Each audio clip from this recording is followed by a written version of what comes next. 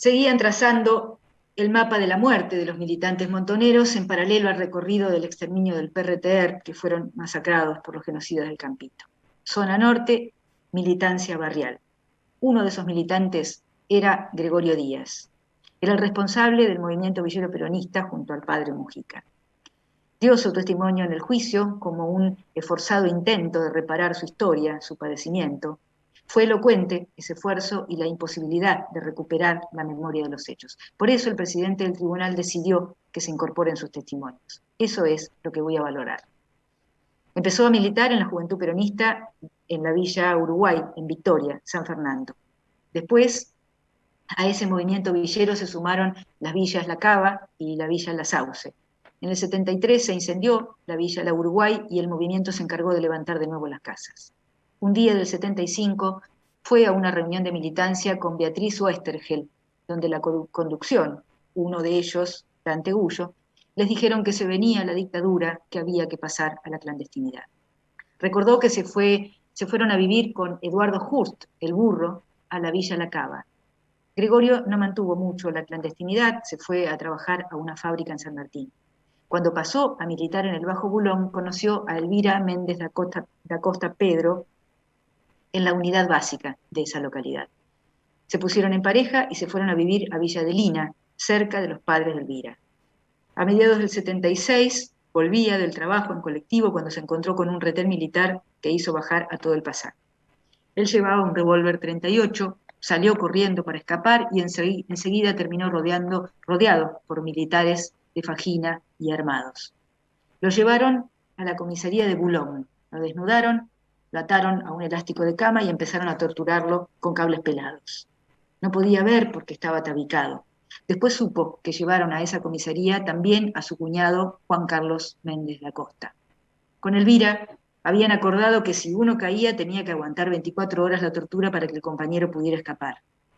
Gregorio aguantó, pero al día siguiente le empezaron a pegar tan fuerte que casi lo mataron. Un torturador apodado El Negro. A tal punto lo torturaron que otro torturador le pedía al negro que pare porque lo iban a matar y no iban a poder sacarle más información. Le preguntaron si estaba casado con la hija del portugués. Así fue que llegaron al domicilio donde estaba su cuñado, Juan Carlos Méndez, y lo secuestraron. Después fueron a la casa donde vivían Gregorio y Elvira. Elvira no estaba, pero sí estaba allí una amiga de Elvira que se había quedado a dormir, la gringa, la Tana, o Flaca Liliana. Se la llevaron también, a ella, además de Juan Carlos, a la comisaría de Boulogne. De su casa se llevaron fotos y después lo interrogaron por las personas de las fotos. Por esas fotos terminaron secuestrando a su compañera Elvira, pero los torturadores de la comisaría, como un modo de tormento más para Gregorio, le decían: qué linda es esta mina, ¿cómo le vamos a dar? Una amenaza que finalmente cumplieron en Campo de Mayo. Ya a esa altura habían secuestrado a Elvira y Gregorio escuchaba los gritos mientras la torturaban en la habitación de al lado. De la comisaría lo llevaron a Campo de Mayo con las manos atadas, con alambres. Él escuchó gritar al que después supo que era el alemán, diciendo que los metan en el galpón. En ese momento trajeron los perros. Si ellos no caminaban, los perros los mordían. En el galpón los encadenaron y les pusieron una capucha encima de las vendas. Gregorio estaba entre Juan Carlos y Elvira, y al lado de ella estaba la Tana. Cada tanto pasaba uno que los hacía callar. Enseguida fueron a buscar a Gregorio, le pegaron un garrotazo y se lo llevaron a los tumbos a la sala de tortura. Picana. En esa sesión estaba el alemán que le preguntaba nombre de guerra y que le hablaba como a un militante del ERP. Por eso Gregorio ni siquiera entendía las preguntas. Después de la picana, lo llevaron al galpón y le dijeron que no tome agua porque si lo hacía, moriría. También lo torturaron con el submarino seco. En la declaración del 16 de septiembre del 2015 dijo: me dieron y me dieron, casi me matan, pero nunca me pudieron sacar nada. Después escuchó que la llevaron a Elvira. Después a Elvira la pusieron para que sirviera la comida a los secuestrados, encapuchada. Gregorio un día le pidió un pan y ella le dijo: no sabés lo que tengo que hacer para conseguir. Así continuó el tormento. Un día lo sacaron con otros 10 secuestrados para bañarse. Otro día lo llevaron a la oficina donde torturaban. Le sacaron la capucha y la venda. Había 2 torturadores. Uno, dijo, se parecía al señor Barriga del Chavo. Era el gordo 1, bien vestido, cachetes redondos y pelo oscuro. Tenía una voz fuerte, pero hablaba más suave que el alemán, dijo, y era más instruido. El gordo 1 le dijo, vos entendiste que perdiste. Gregorio le dijo que prefería morirse, que tenía a toda su familia ahí dentro. Entonces entró el gordo 2 y le empezó a pegar. Le pusieron la capucha y lo llevaron de nuevo al galpón. Gregorio siempre supo que estaba en Campo de Mayo porque se lo dijo Juan Carlos, su cuñado. A Juan Carlos también lo llevaron a la tortura. Al otro día nuevamente llevaron a Gregorio ante el gordo 1, que siempre tenía a mano su 9 milímetros. Y junto al gordo 2, que siempre se ubicaba un poquito más atrás que el gordo 1, empezaron la tarea de hacerlo quebrar psicológicamente. Otro día, el gordo 1 lo tuvo hasta las 12 de la noche en la sala de tortura, mientras se jactaba de haberse entrenado para combatir guerrilleros en la Escuela de las Américas. Gregorio le retrucaba que él no sabía nada del hambre y de los problemas sociales de la Argentina. El que lo devolvía al galpón era el gordo 2, Somoza. Un día, en ese galpón, se le acercó Elvira y él sintió olor a limpio, algo prohibitivo en ese universo pestilente. Un compañero le dijo que el negro, uno de los torturadores, la estaba sacando del campito. Gregorio ese día lloró porque entendió que la estaban sometiendo a abusos sexuales a su compañera. Era el mismo sujeto que lo había torturado a él en la comisaría de Boulogne, un militar que estaba en esa comisaría. Gregorio fue ganando la confianza del gordo 1 y el gordo 2. Dijo que gordo 1 armaba la estructura de montoneros y estaba, además, detrás del dinero de la organización. También la llevaban a la Tana para hacer esa tarea. A ella también la habían presionado para que cantara a su hermano y así salvarse ella. Y así fue como lo fueron a secuestrar. Una patota donde estaba el negro y también el gordo 1. Un día, Gordo 1 le dijo que lo podía sacar de Campo de Mayo. Gregorio le dijo que sin su familia no se iría. Gregorio supo que la cantidad de secuestrados del campito era de 200 personas y que cuando superaban ese número los trasladaban. Él varias veces vio cómo subían a algunos de los muertos a un helicóptero de la gendarmería. En la declaración del 2015 dijo que para quebrarlo, en los primeros momentos de su cautiverio, le mostraron en una pileta chica un montón de personas muertas. Entre ellos, decía que había que limpiar eso porque se iba a pudrir. Los habían fusilado y habían caído a esa pileta. En una oportunidad los llevaron a reconocer a 20 personas muertas, cerca de los eucaliptos. Estaban atados con alambres y tenían unas piedras en el pecho y en los pies. Él solo reconoció al burro, a Eduardo Hurst. En la instrucción dijo, yo de la locura ni pestañé. Le dijeron que a esas personas las sacaron de ahí en helicópteros, los que solían salir de noche. En otra oportunidad vio cadáveres cerca de los piletones y les dijeron que eran militantes chilenos. En otro momento fue testigo de la golpiza que le dieron a un conscripto que habían descubierto que era montonero. En esa golpiza estaba el gordo 1 y los golpes los daba el gordo 2. Y fue tan bestial que el gordo 1 le dijo, lo hiciste mierda, boludo. Mencionó a los compañeros que vio dentro del campito, además de Hart. Una de ellas, Beatriz Westergel. También a un compañero de la villa que era bancario y que le habían reventado la cabeza de un escopetazo, e igual lo llevaban a interrogar. Otro compañero de San Martín, a una pareja junto con su hija que fueron atados a un árbol y le volaron la casa en el operativo. Aún no sabemos de quiénes se tratan estas personas. Dijo que también fue testigo de la caída de la conducción del ERP. La vio a la mujer de Santucho escribiendo una declaración y a otro miembro de la conducción secuestrado en un edificio del Puente Saavedra. Dijo que lo sacaban a lanchar para secuestrar más militantes. Unas 30 veces lo sacaron, a instancias del gordo 1, junto con Juan Carlos, con Elvira y con Liliana. Dijo también que nunca identificó a ningún compañero. Cada vez que lo sacaban, el gordo 1 hacía firmar una constancia. También lo obligaron a presenciar torturas. Recordó la de una compañera a la que conocía, porque le iba a conseguir documentos cuando estaba clandestino. La tenían desnuda en la parrilla. La torturaron con picana, poniendo una cuchara de metal en la vagina. Esos interrogatorios estaban a cargo del gordo 1 y el gordo 2, y a veces había alguien más. El gordo 1 le pedía que le dé algo valioso para liberarlos. Cuando ya estaban todos a punto de pasar a Uruguay, él le dio un dato al gordo 1 como intercambio por sus liberaciones, un compañero del ERP que trabajaba en una siderúrgica. Salieron todos del país con la documentación falsa que le hicieron desde Campo de Mayo. Lo llevaron Gordo 1 y Gordo 2 y la patota del negro. Primero los tuvieron a todos en un departamento al que solo ingresaban el Gordo 1 y el Gordo 2 para llevarles comida. Salieron hacia Uruguay poco antes de la Navidad del 76, después de estar más de 5 meses en Campo de Mayo. En la instrucción hizo las descripciones de los represores nombrados y mencionó más apodos que recordaba: Maestro Hilario, Grillo, Clarinete, Pantera, Pajarito, Ángel. Dijo que Boquita Pintada era otro torturador. Quedó claro con la declaración de Víctor Ibáñez que Boquita Pintada era el imputado Tamini. De hecho, Ibáñez hizo una descripción de su boca que dio origen al apodo. Gregorio hizo una minuciosa descripción de las instalaciones del campito, destacando las oficinas que tenían tanto el Gordo 1 como el alemán, cada una dividida con tabique con una camilla para la tortura, aunque había más oficinas para usar como quirófano.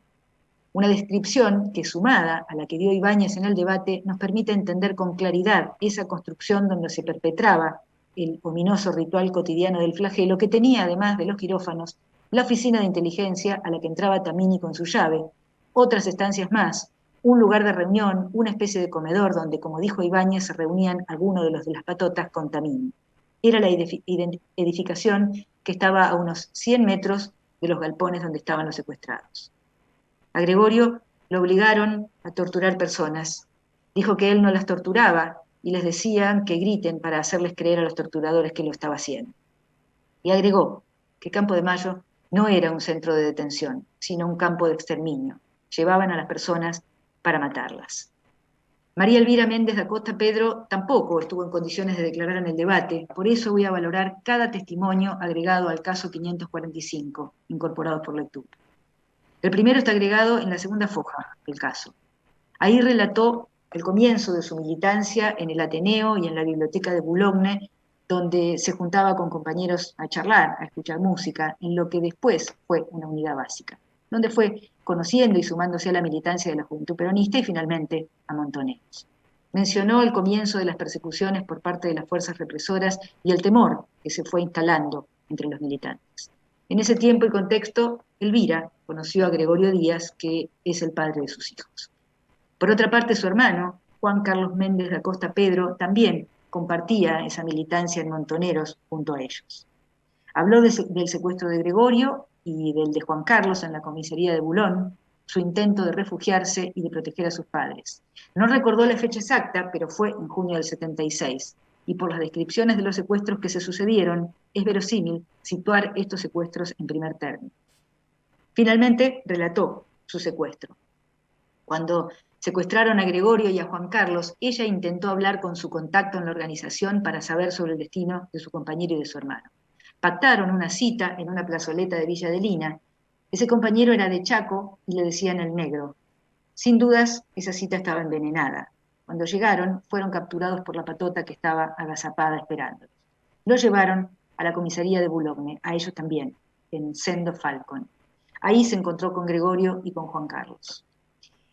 Hago un paréntesis para señalar que en este juicio tampoco se investiga, no se juzga la responsabilidad de los integrantes de esa comisaría bajo el mando de institutos militares. Al chaqueño lo torturaron en la comisaría tan brutalmente que lo mataron. Lo tiraron sobre el piso mojado y le aplicaban electricidad. Como no hablaba, lo siguieron torturando hasta matarlo. Elvira dijo que ella, frente a semejante tormento, eligió decirles todo lo que sabía. Cuando esos sujetos se jactaban amenazando que los harían hablar, sabían qué era lo que estaban haciendo y lo cumplían. Los tuvieron varios días en la comisaría y después los sacaron encapuchados para llevarlos a Campo de Mayo. Su hermano Juan Carlos enseguida identificó el lugar porque había hecho allí la conscripción. Era la puerta 4. Conocía todas las instalaciones. Dijo que incluso alguno de los militares lo reconoció. Le dijeron: ¿qué haces acá, Méndez? Ibáñez mencionó esta circunstancia en el debate. Lo mencionó como Núñez, pero sin duda se trataba de Juan Carlos Méndez, con quien solía tocar la guitarra en la época de la conscripción de Juan Carlos. Elvira escuchó que a su hermano lo golpearon mucho. Los pusieron en un galpón muy grande y muy frío, dijo. Les pegaban y los amenazaban constantemente y los sometieron a todo tipo de agresión. En ese lugar les daban de comer sopa podrida con gusanos. Dijo que hasta con la comida los torturaban. Elvira perdió la noción del tiempo, fue recordando retazos de lo vivido y de lo visto. Por ejemplo, en un momento la llevaron, a ella también, a reconocer a más de 20 personas muertas que estaban tiradas en el piso del lugar. Ella no reconoció a nadie. Es el mismo episodio que relató Gregorio. Al que sí vio y reconoció fue a Carlos Flores, que era amigo suyo. Dijo que como Carlos no sabía nada, los torturadores lo metieron en un tacho con acaroína hasta ahogarlo. Dijo que a ella, a Gregorio y a Juan Carlos los obligaban a reconocer personas y dejó muy en claro que todo lo que les obligaron a hacer fue con la promesa y la expectativa de que los dejarían en libertad. Esto lo resalto porque ninguna de las personas secuestradas estaba en condiciones ni físicas, ni psíquicas, ni emocionales de elegir con voluntad plena y libertad sus acciones dentro de ese espacio de excepción donde imperaba el sufrimiento. Y cualquier otra valoración escapa al contexto de este juicio. El punto de partida y el final para analizar la presencia de Gregorio, de Elvira y de Juan Carlos en el campito es que estaban secuestrados bajo tormento. Y su único objetivo era salir de ese infierno. Las patotas, integradas por los torturadores, también los llevaban a lanchar. Recordó Elvira que una tarde los llevaron a los tres en una camioneta desde Campo de Mayo a recorrer zonas de San Isidro, Acasuso y otros barrios para cazar militantes. Así fue como secuestraron a una pareja de montoneros. El apodo del muchacho era Ricardo, estaba con su compañero. Elvira dijo que los llevaron a Campo de Mayo y los asesinaron en Campo de Mayo. Tampoco sabemos aún de quiénes se trata. Fue muy clara y categórica al decir que Gregorio, con el objeto de conseguir la libertad de todos ellos, logró ganarse la confianza del Gordo Uno, el imputado Vilanova, y que los obligaban a estar en los interrogatorios y que también los sacaban a la noche para marcar personas para secuestrar. Eso les permitió que el Gordo Uno les habilitara ciertas concesiones dentro del cautiverio. Por ejemplo, compartir una habitación. Elvira allí quedó embarazada de su hija María Celeste. En esas condiciones la tuvieron cautiva durante 3 meses, hasta que finalmente Gregorio logró que cumplieran la promesa de sacarlos del país. Ibáñez en el debate mencionó las circunstancias. Se quedaron con sus documentos en el campito y con otros los llevaron a Uruguay. Esto es apenas un sobrevuelo por el relato que deja entrever el nivel de desprecio por todos los principios más elementales de la humanidad. Por eso, genocidas, por eso estos imputados siguen y seguirán humillando eternamente a la humanidad. Sometieron al extremo a las personas, las destrozaron con tormentos de pesadilla, los mataron de 1000 modos y algunos que no mataron, los sometieron a compartir su despliegue de inhumanidad extrema a cambio de sobrevida, porque ninguno salió indemne de esas catacumbas. Elvira sufrió muchos episodios depresivos, de los que le costó muchas veces salir. Tuvo que padecer internaciones psiquiátricas porque le diagnosticaron trastornos de bipolaridad como consecuencia de lo que los imputados le hicieron vivir en Campo de Mayo. Como dije al comienzo, Elvira no pudo dar testimonio en este debate porque la evolución de su estado mental derivó en una esquizofrenia. Eso debe ser valorado como parte de las consecuencias de lo que hicieron los imputados. En aquella declaración escueta, Elvira dejó claro que no había brindado antes ningún relato por el gran temor que la acompañaba, incluso en los momentos en que daba ese testimonio. Ahí resaltó que fue abusada, torturada, que durante años debió callar y como consecuencia de su sufrimiento, sus hijos tuvieron que criarse prácticamente solos.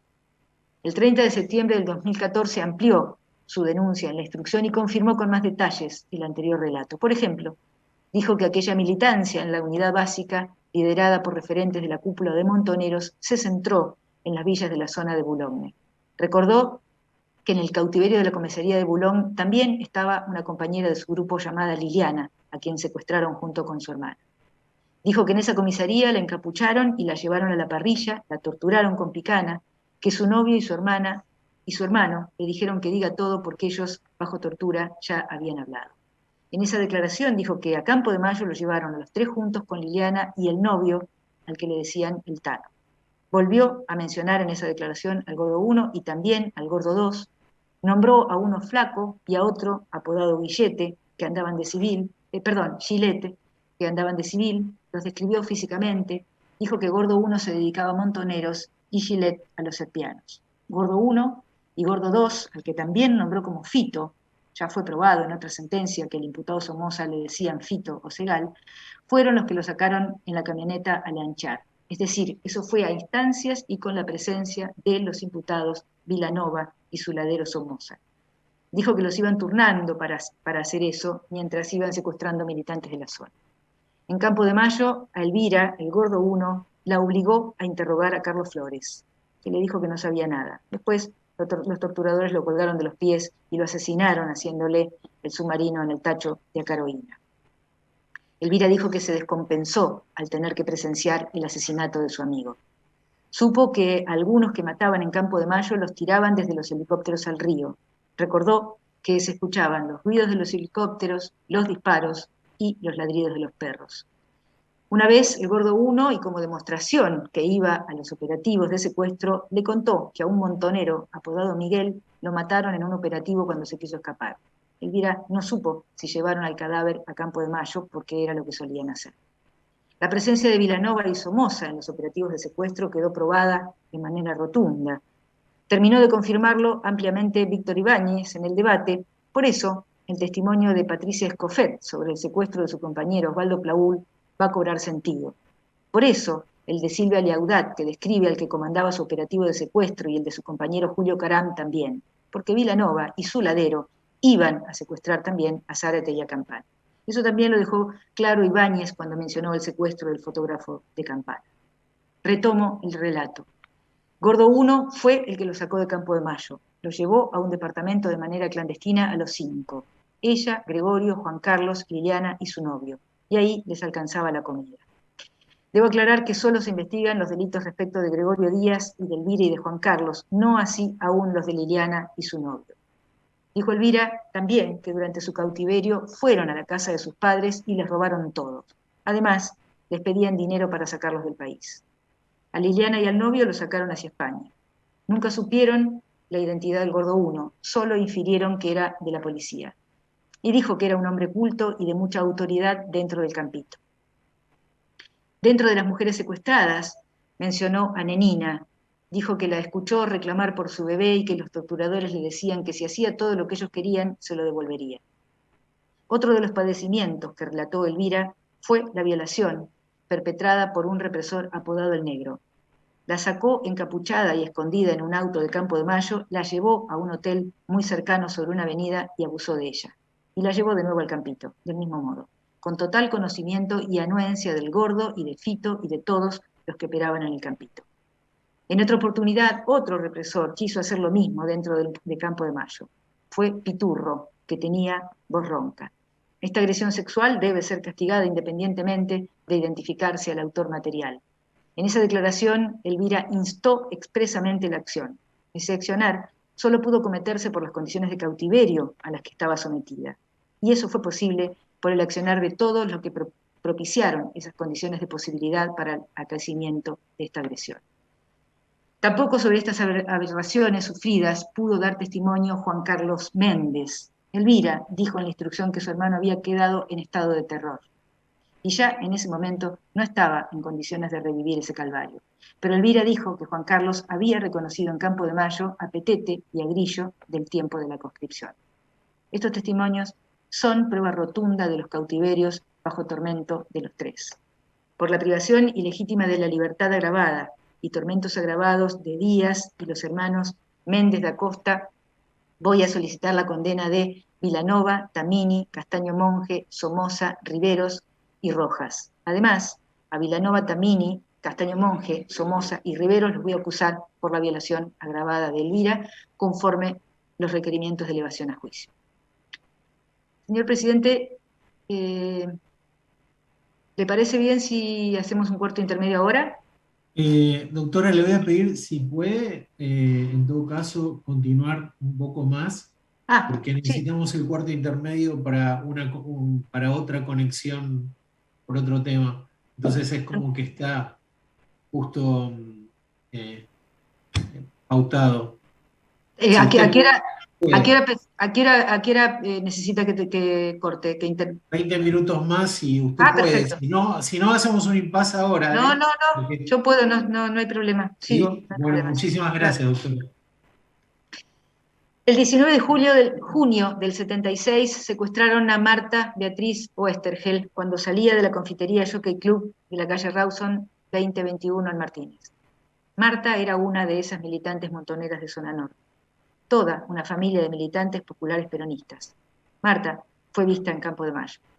Marta será asesinada junto a un grupo de jóvenes militantes secuestrados en esos días y su cadáver, junto al resto, fue arrojado en la zona de Bancalari, simulando un enfrentamiento. Ya mencioné en el caso de Andrés Barciocco este tipo de simulacros como una impronta siniestra pero efectiva dentro del accionar psicológica de los genocidas que desparramaban esa falsedad por todos los medios periodísticos a su disposición. La tragedia de la familia Westergel ha sido y sigue siendo un emblema doloroso de lo que estuvieron dispuestos a hacer, de lo que hicieron los usurpadores del poder y todo el aparato asesino que pusieron en movimiento para reorganizar la nación a su antojo. Héctor Germán Westergel, su padre, también fue asesinado. Germán dejó quizá el ícono cultural más entrañable de nuestra historia para quienes soñamos con un país más justo, el Eternauta, símbolo del héroe popular, de la lucha por la justicia popular. El héroe colectivo, quizá como lo fueron cada una de las mujeres y hombres masacrados por buscar esos derechos colectivos. Héctor padeció también el cautiverio en el Campito, además de otros centros clandestinos, como lo voy a mencionar más adelante. Beatriz entendió la lealtad del pueblo peronista, escapando de las balas de los policías en el año 72 en los actos de militancia. Por eso, ella también fue peronista, de la juventud peronista. Su hermana Diana fue la primera en militar en la JP Montoneros y también en Montoneros militaron las otras dos hermanas, Estela y Marina. A Beatriz le decían María, la flaca, gaucha madrugada. Había estudiado en el colegio Norlands y en el Nacional de San Isidro, y en San Isidro, junto a Montoneros, zona norte, desplegó su militancia solidaria en las villas El Sauce y Uruguay en La Cava. Y colaboró en la construcción de la unidad básica Compañero Capuano Martínez. El 23 de octubre del 2019 declaró en el debate Miguel Fernández Long, que fue su esposo. Dijo que los compañeros lo llamaban Cacho y los grupos de tarea también. Y a propósito de represores, al momento de serle denunciados las generales de la ley, dijo Miguel que el imputado Miguel Conde, en momentos de impunidad, había sido su vecino en Necochea. Miguel también militaba en Montoneros desde esos primeros momentos junto a Beatriz. Los Fernández Long y los Oestergel eran de Bécar, vecinos, vivían a 50 metros. Miguel y Beatriz nacieron, se criaron y militaron siempre juntos.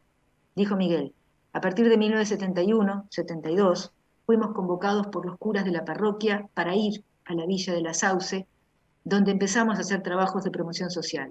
Fuimos con unos enfermeros, médicos, catequistas, a colaborar. En esa sala se repartían medicamentos, se hacía atención médica, pero había presión desde la curia, esa iglesia que convalidó el Holocausto. Y desde grupos como el Comando de Organización. Se fue desarmando el grupo y quedamos Beatriz y yo. Construimos una unidad básica. Beatriz empezó a desarrollar una actividad muy intensa. Era una feminista marcada. Empezó a trabajar mucho con las mujeres del barrio y con los muchachos. Habíamos hecho un curso en el 72, dirigido por Carlos Mujica, y gracias a la lectura de Paulo Freire hacíamos alfabetización. Se fue radicalizando el proceso. Fuimos el 25 de mayo del 73 a Ezeiza y pasamos a militar en Montoneros, organización a la que Beatriz perteneció poco tiempo por sus posiciones contra el internismo. En el 75 se separaron, en el 76, dentro de Montoneros se crea la Secretaría de Prensa y Propaganda y Agitación, y Miguel pasó a militar ahí. Para junio del 76 era responsable político de Beatriz en la organización. Momentos antes de que la secuestren, Miguel le había pasado una cita con quien sería su nuevo responsable. Miguel recordó que el cuerpo de Beatriz fue encontrado a 10 o 15 cuadras de la casa de la villa del Bajo Bécar, del Bajo Bulón, donde militaba su compañera, y a unas 15 cuadras de su casa, en un estacionamiento de Uruguay y Panamericana. Mencionó el hallazgo que vengo relevando y que relevó la experta de EAF. Teresita Cianca, Raimundo Moro, el negro Ricardo, oficial montonero de la Columna Norte, secuestrado en Campo de Mayo, al igual que ellas dos. Todos militaban en esas villas.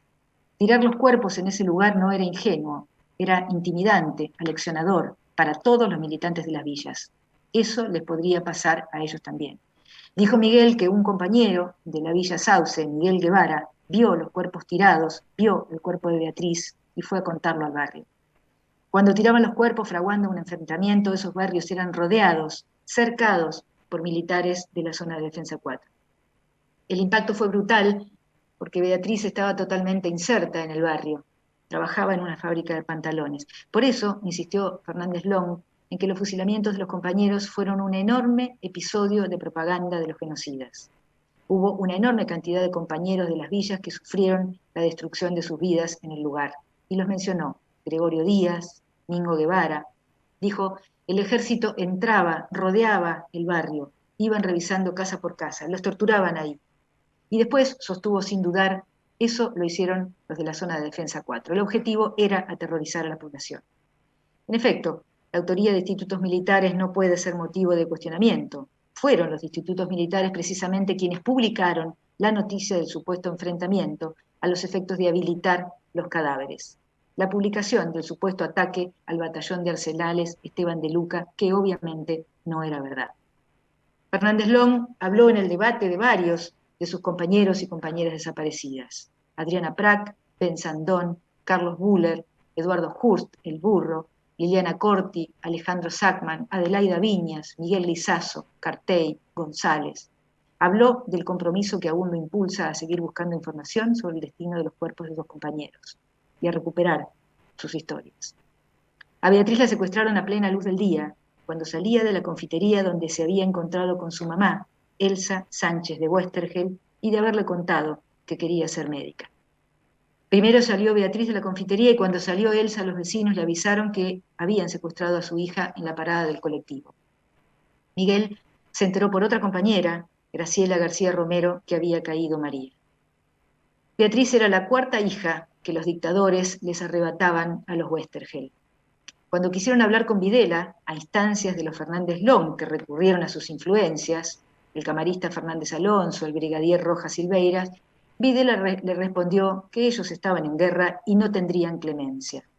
No fue una guerra la que libraron, fue el genocidio más abominable de nuestra historia. No el primero, pero sí el más monumental y feroz. Miguel explicó que la organización trataba de hacer sus investigaciones sobre las y los compañeros que iban secuestrando. Por ejemplo, Just, Pietragala, Piñas.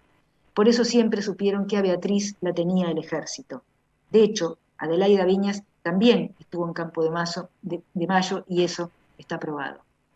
Otra cosa dijo Miguel, porque se lo contaron los vecinos compañeros de la Villa La Cava. Los secuestradores, torturadores, la llevaban a Beatriz al barrio para marcar gente. Lo que hacían siempre. Lo hicieron con Gregorio Díaz, con Elvira, con Juan Carlos Méndez. Después de la tortura lo llevaban a lanchar. Algunos vecinos la vieron a Beatriz con la cabeza baja, evitando cruzar las miradas y que alguien se delate. No se produjeron caídas en esos días. Eso también califica como tortura psicológica. En esos barrios populares la militancia villera era un blanco permanente para los dictadores. Los reorganizadores del país querían erradicar las villas, matando a los pobres, no mejorando sus condiciones de vida, porque los dictadores y sus socios civiles también ejercieron una profunda violencia sobre ese espacio. No solo silenciaron, asesinaron y robaron, sino que destruyeron esos espacios, apropiándose de bienes urbanos que ocupaban esos pobladores, cumpliendo un doble propósito: oprimir a sectores populares y propiciar negocios en su beneficio. Querían eliminar las villas miserias para poder adueñarse de esos territorios, o escondiéndole al mundo la imagen de esos barrios marginados. ¿Quién puede olvidar la construcción de ese vergonzante muro ordenado por Videla durante el Mundial 78? 12 días la tuvieron bajo tormentos a María hasta que montaron el simulacro de enfrentamiento. La aparición de su cadáver, recordó una vez más Miguel, salió en los medios, que solían regodearse poniendo las fotos de los peligrosos terroristas abatidos en enfrentamiento. A Beatriz la asesinaron después de su cautiverio bajo tormento. Su cadáver estaba junto al del negro Ricardo y Adriana Prack. Miguel reconoció en la foto del diario Crónica el tapado marrón que Beatriz usaba en el invierno. No supo nada más. Miguel se mantuvo en la clandestinidad y después logró exiliarse para volver recién el 20 de diciembre del 83. En el exilio se enteró de otros secuestros de los Westergel, el de Estela, el de Marina y el de Héctor. Al volver al país se dedicó a buscar toda la información posible, desde la CONADEP, por ejemplo. Retomo retomó, el contacto con Elsa Sánchez de Westergel, habló con Cacho Scarpati y también con el sargento Ibáñez, que confirmó que tanto Beatriz como Héctor habían estado en Campo de Mayo, y por supuesto habló con Gregorio Díaz. Elsa Westergel declaró en el juicio de las juntas, desde ese momento se supo el dolor que laceró de punta a su familia. Sus 4 hijas y 3 de sus yernos fueron asesinados por los genocidas.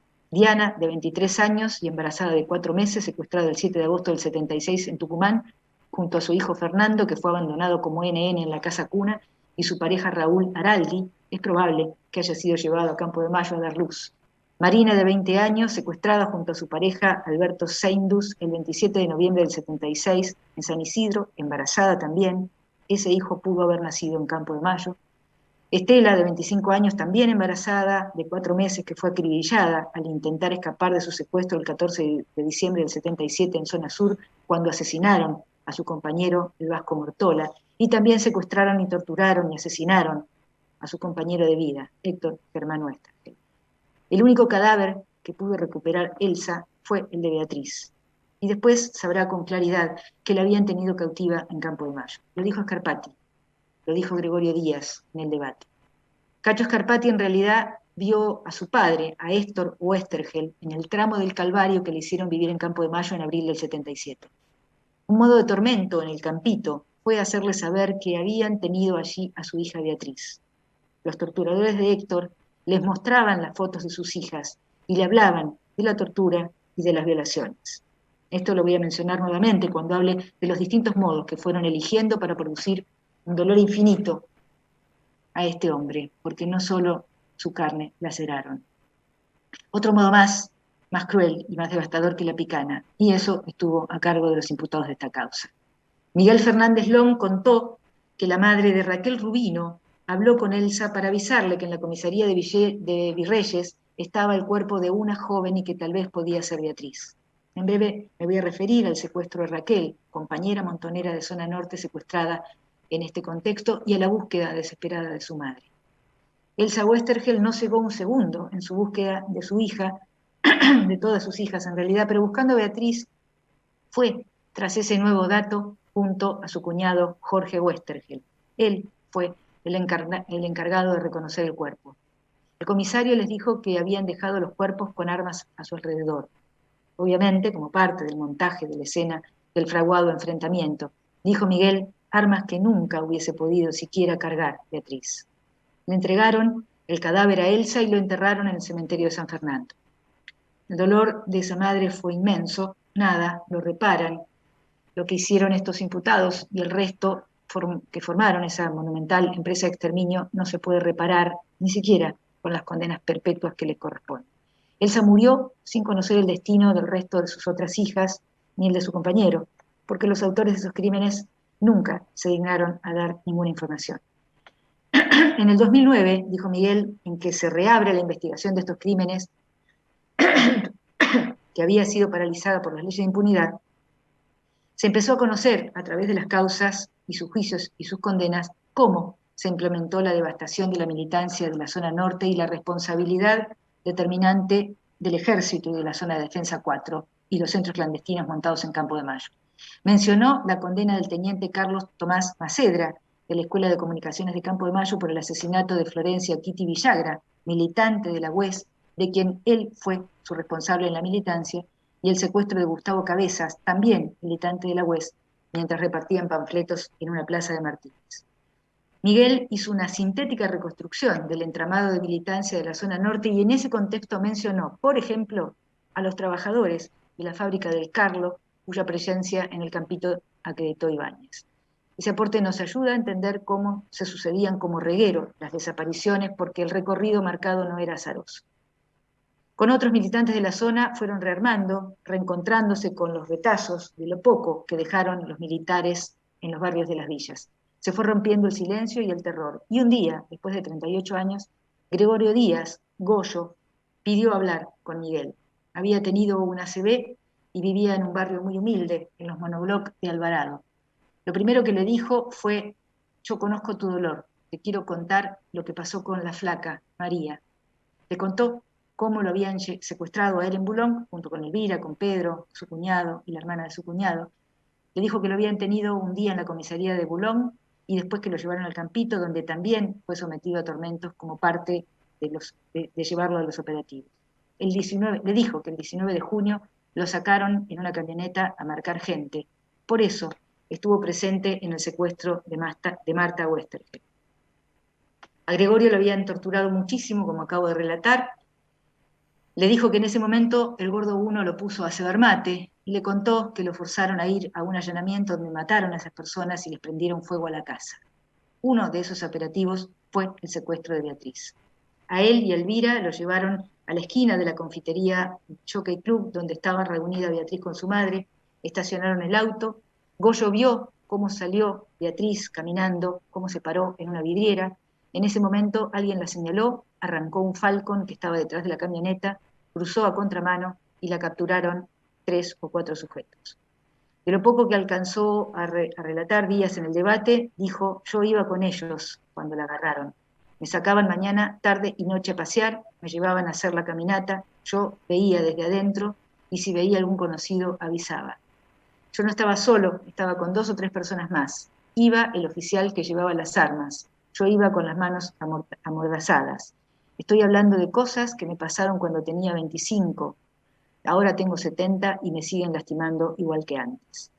La llevaron a Campo de Mayo, Goyo la vio cuando la llevaron al baño, pero fundamentalmente la vio en la sala de torturas, desnuda, después del brutal interrogatorio, especialidad del experto en montoneros Vilanova. Beatriz le dijo que no había cantado a nadie, que no había cantado a nadie del bar. El 11 de marzo del 2020 dio su testimonio María de los Ángeles Cianca, la hermana de Teresita María Cianca, secuestrada y asesinada, cuyo cadáver fue encontrado junto al de Beatriz. Teresita, como la mayoría de los jóvenes que se sumaron al peronismo revolucionario montonero, también venía del activismo católico. Se había sumado, como Beatriz y tantos otros, al Luche y Vuelve. Militaba en barrios obreros desde la parroquia de Nuestra Señora del Carmen, en la zona de Virreyes. Su pareja fue otro montonero secuestrado y asesinado, a quien también quiso recordar Miguel Fernández Long, Germán Kuhn. María de los Ángeles contó cómo el 31 de mayo del 76, Teresita estaba con otros compañeros entregando volantes contra la dictadura en San Fernando, en la esquina de Sobremonte y Avellaneda.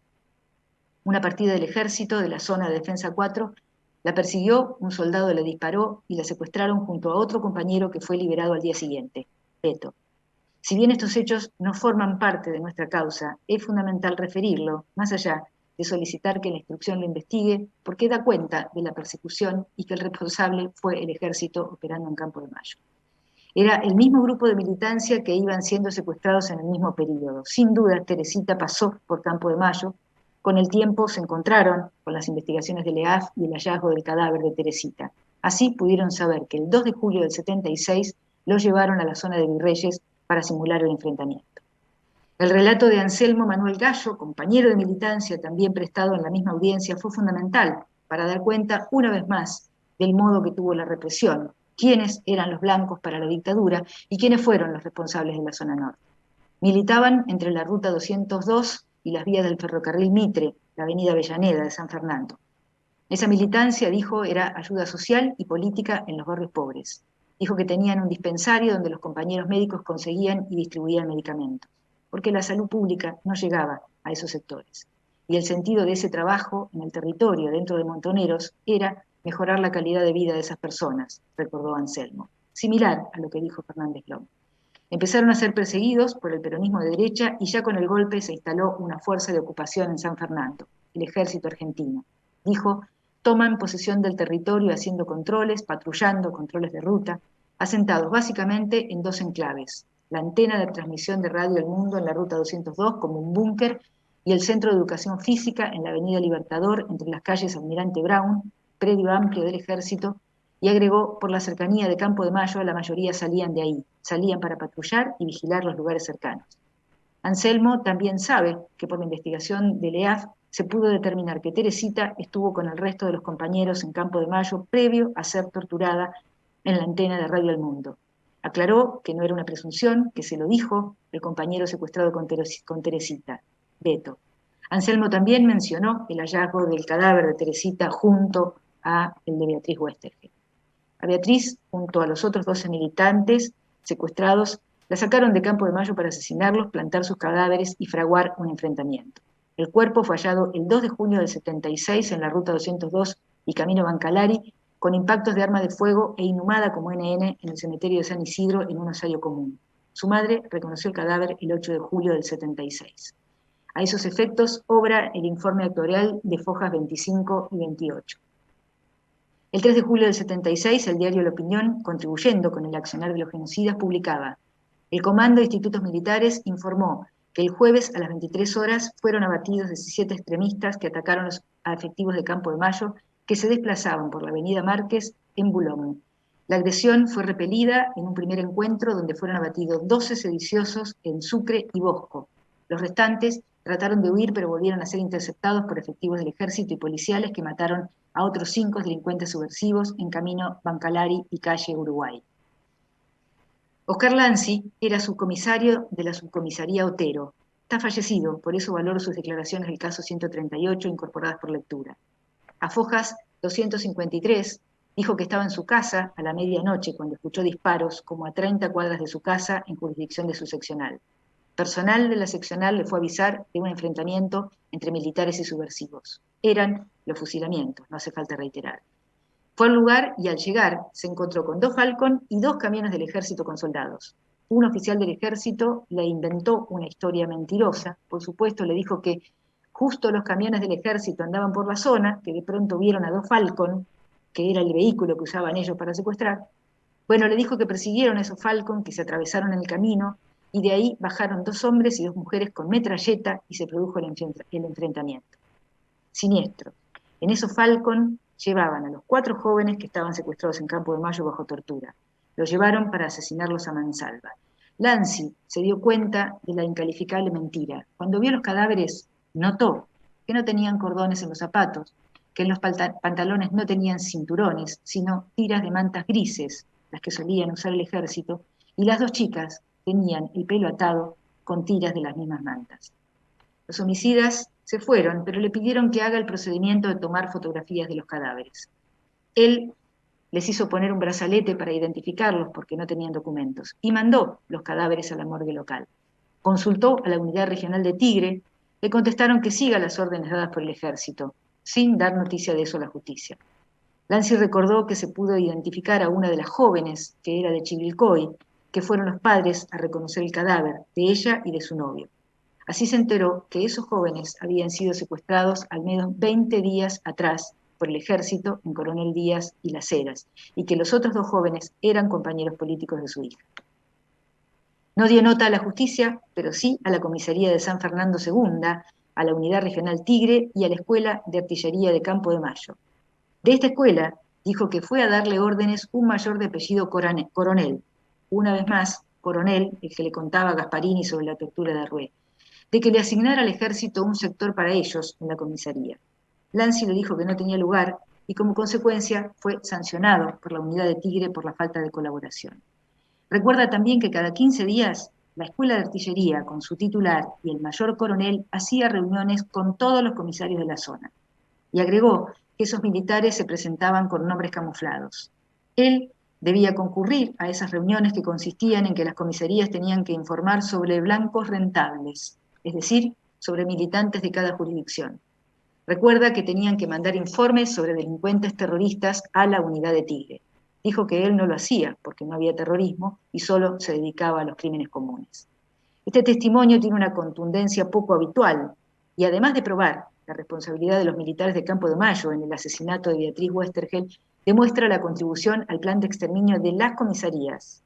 Hago ese hincapié porque en este juicio tenemos a 2 de esos comisarios con su especial aporte y prueba además que el aporte que dieron las policías no fue forzado ni obligado, sino con plena convicción y empatía. El ejemplo de Lanzi lo demuestra. Él no dio ese aporte y no tuvo más que consecuencias administrativas. Junto a estos testimonios fueron valoradas las constancias del expediente iniciado en 1984, irregularidades en el cementerio de San Fernando, agregado al caso 138. El informe, elaborado por el equipo de antropología forense, obrantes a Fojas 310, De ese informe resultó la identificación de los secuestrados de Campo de Mayo, los trabajadores de la empresa del Carlos, como Alberto Coconier y Norberto Mastendolfo. En el caso del hallazgo de Bancalari, se determinó que inicialmente fueron identificados Beatriz Westergel, Raimundo Moro y Adriana Prack. Sobre ese expediente se despidió Beatriz Bernardi en el debate. Sumo además el CONADEP 141 y el informe sobre la familia Westergel suscrito por Elsa Sánchez, obrantes a fojas 132, 141, 170 y 194. Valoro además la siguiente prueba, el informe de fojas 222-24, donde se acredita que Coronel efectivamente se desempeñaba en esos días en la Escuela de Artillería. Por supuesto, la declaración de Scarpati prestada en la CONADEP, las copias del CONADEP 1475, el examen pericial obrante a fojas 539, las copias de fichas dactiloscópicas obrantes a fojas 590, de las actas de defunción de fojas 620, los informes y copias de fojas 625 y 628, el informe de fojas 641, la inspección ocular de fojas 689, el informe de fojas 915, las copias de fojas 960 y de 975. Ese voluminoso cuerpo probatorio acredita el secuestro, el cautiverio bajo tormentos y el asesinato de Marta Beatriz Oestergel. Por la privación ilegal de la libertad agravada, los tormentos agravados y el homicidio agravados, voy a pedir que se condenen a Riveros, Vilanova, Somoza, Tamini, Sadi Pepa y a Castaño Mou. Si le parece, señor presidente, son... Sí, me parece perfecto, doctora Sosti, muchas gracias. Vamos a hacer un cuarto intermedio de 30 minutos. Bien, gracias. Muy amable.